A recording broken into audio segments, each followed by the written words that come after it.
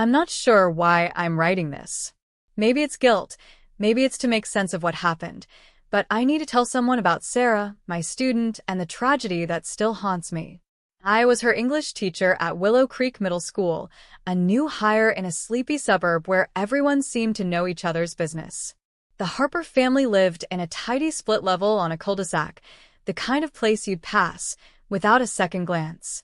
Tom and Ellen, the parents, were nice enough. Tom, a manager with a tired smile.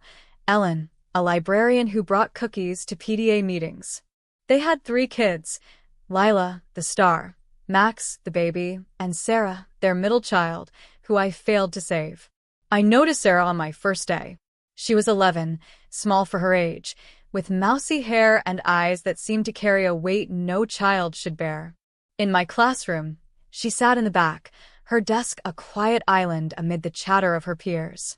I'd read her essays, haunting stories of lonely astronauts and crumbling castles, and they stopped me cold. Her words ached, like she was pouring out a piece of her soul. I'd write glowing comments in red ink, hoping to coax a smile, but she'd just nod, tuck the paper away, and slip out the door. I should have pushed harder, but I was new, unsure, afraid of overstepping in a town where teachers didn't make waves. The Harpers' home life wasn't something I saw up close, but I pieced it together. Lila, their 16-year-old, was their pride, a soccer star with a mantle full of trophies. Ellen would gush about her college prospects at conferences, her eyes bright. Max, 7, was the charmer, all giggles and new toys, doted on endlessly. Sarah, though, was a ghost in her own family. I'd see it when I called home about her slipping grades. "She's fine, just quiet," Tom would say, his voice clipped, like he was already thinking about Lila's next game or Max's piano recital. Once I mentioned Sarah's writing, how she had a gift. Ellen blinked, almost surprised, as if she'd forgotten Sarah could be special. I tried to reach her. After class, I'd ask about her stories, hoping to crack her shell. She'd talk sometimes, her voice barely above a whisper, about how she'd hide in the attic with her notebook to escape the noise of her siblings' lives. "No one bothers me up there," she said once, not angry, just matter of fact. I invited her to join the writing club, but she shook her head. "Mom says there's no time with Lila's practices and Max's lessons." I gave her a journal, a cheap spiral-bound thing, hoping it would help. She filled it in weeks, leaving it on my desk with a note. "Thanks for seeing me."